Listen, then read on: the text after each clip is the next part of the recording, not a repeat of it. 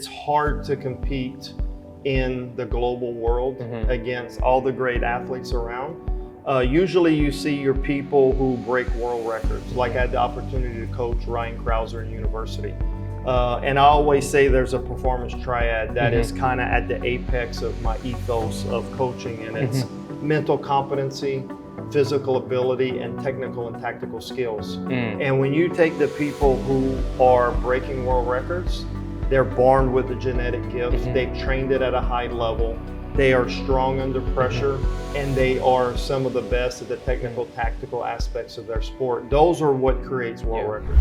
สำหรับท่านไหนนะครับที่กำลังมองหาอุปกรณ์การฝึกไม่ว่าจะเป็นในบ้านหรือในยิมที่ตอบโจทย์การฝึกอย่างครบครันรวมไปถึงนะครับอุปกรณ์การฝึกระดับโลกและก็ไม่ว่าจะเป็นรองเท้านาฬิกาเสื้อผ้าแกดเจ็ตต่างๆเกี่ยวกับการวิ่งหรือแม้กระทั่งคนที่อยากหาค่าความฟิตของตัวเองการเทส VO2max test พบกันได้ครับที่ M Live Shop Central World หรือช่องทางการติดต่อตามนี้เลยครับ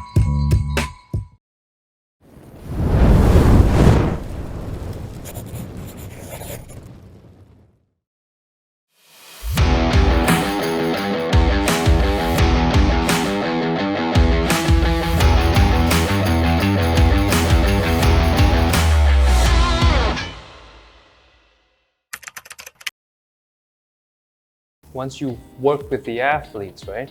I think is there a pattern you notice in a successful athlete versus an athlete that is not so successful that have actually made it to Olympic level? Yeah, I think, I don't want to quote Jocko's book, but it's extreme ownership. They own everything in their world. You know, you can spend about a week with a person, or I can spend a week with a person and kind of tell you, in my experience, that they have what it takes. It's not the most talented people who make it. You have to have a certain talent to get up, but it's just the passion and the drive and the relentless approach to what they do that separates them from everyone else. So an Olympian that is successful versus an Olympian that just joins the Olympic would be, you know, the mindset that they feel like they have to take control of every single aspect of their training and their life just to dedicate it to that sport. You have to be really selfish in a lot of ways because it's hard to compete in the global world against all the great athletes around. Usually you see your people who break world records. Like I had the opportunity to coach Ryan Krauser in university. And I always say there's a performance triad that is kind of at the apex of my ethos of coaching, and it's mental competency, physical ability, and technical and tactical skills. And when you take the people who are breaking world records, they're born with a genetic gift. They've trained it at a high level. They are strong under pressure. And they are some of the best at the technical, tactical aspects of their sport. Those are what creates world records. Because a book I was really interested in a few years back was like Sports Genes. Right. You know, have you read that book? I have not read that one, but I've heard about it. So basically, this journalist just went through and interviewed a bunch of Olympians and went back and looked at their history. And he was trying to, you know, figure out whether it's nature or nurture that actually brought them to be an Olympian. And it seems to be that there is, you can never lack either. Right. And it's always great genetics and then just great ethics and hard work throughout the career. You know, the 10,000 hours rule that makes you a professional at something, but these guys take it to 30, 40,000 hours of doing what they actually think is something they want to excel. Do you see that in all of your athletes that is successful? Absolutely. Like if I look at let's just take people who are, let's take Olympians out because, you know, Olympians are only really looking at 3 people over 4 years who make the team. But let's look at the top 10 in the U.S. It's going to be primarily independent of what discipline they're competing in. And let me give you an example. There's a much higher percentage of people who have the physical capabilities to make an Olympic team as a pole vaulter. Okay, so I mean, there have been people who made Olympic teams that only require to run maybe 10 meters per second.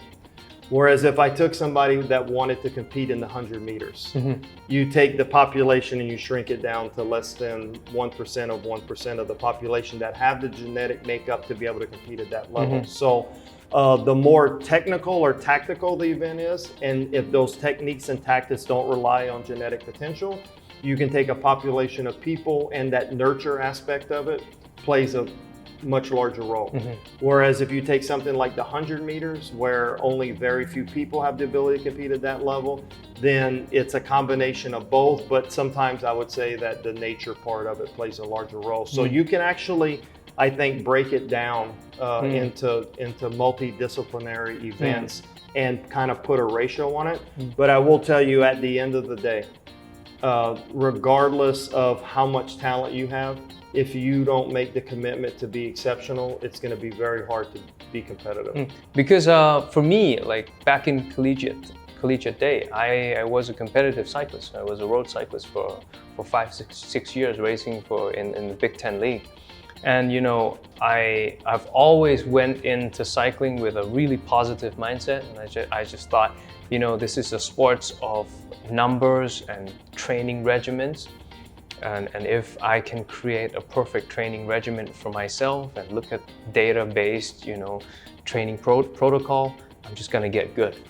And then eventually I just realized that my genetics were just not there. I have a short torso, I have long arms, long legs. It takes more energy for me to crank the pedal. And then I'm racing with kids who, by the time they're 25 years old, they already have VO2 max of like 70 or 80.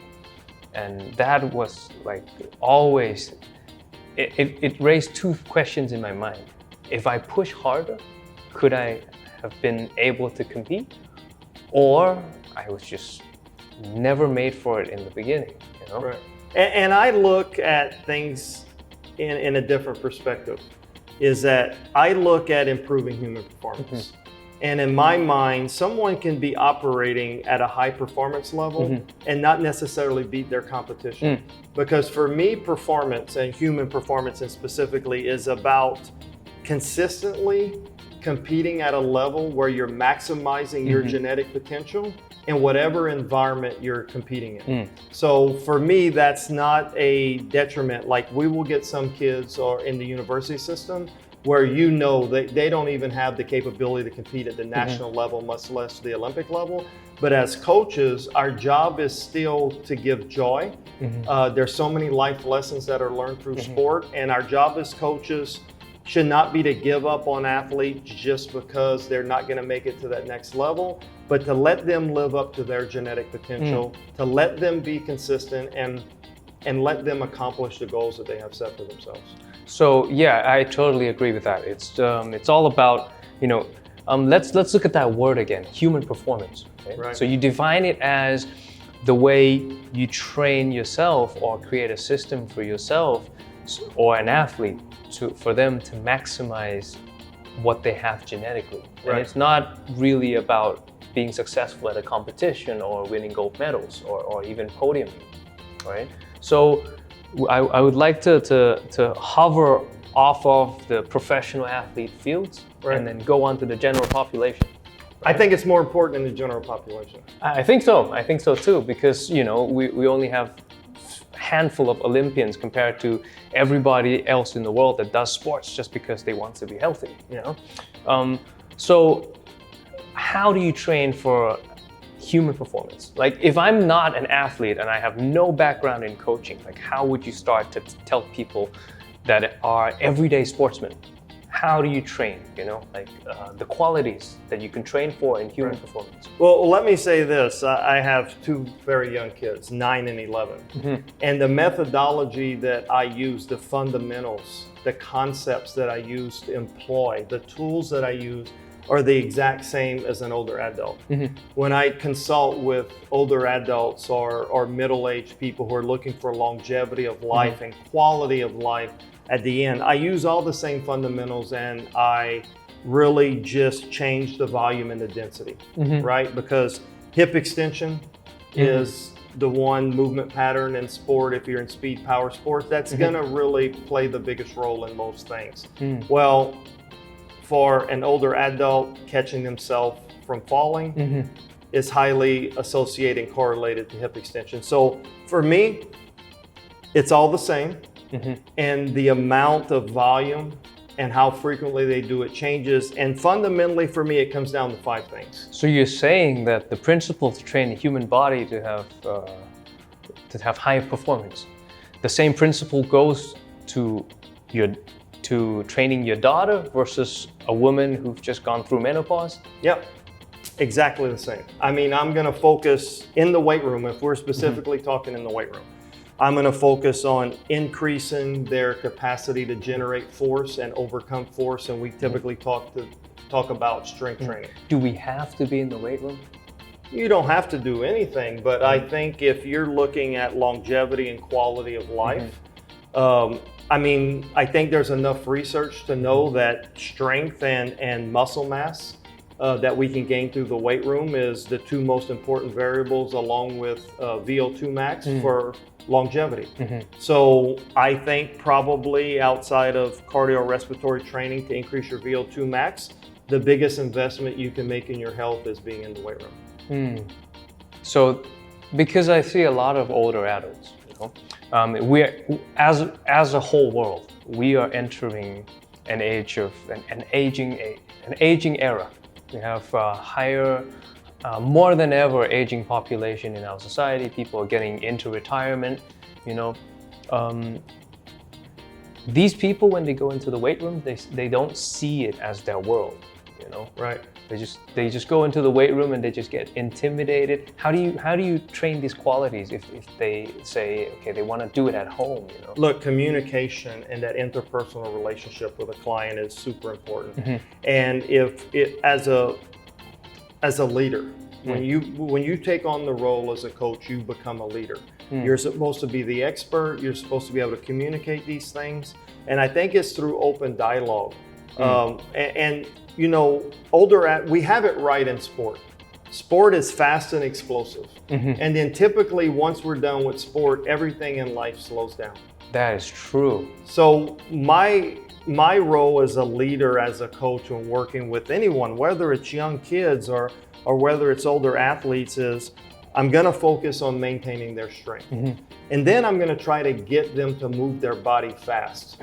Now, if I get them stronger and they move their body fast, they're going to be able to generate a lot of power. Well, now I have 3 of the 5 main training components: strength, power, and speed. Now, not only do you have to generate that strength, power, and speed in a moment, you have to be able to do it for long durations. Well, that becomes muscular endurance. And then lastly, all of those 4 things are predicated on one thing: what type of muscles you have.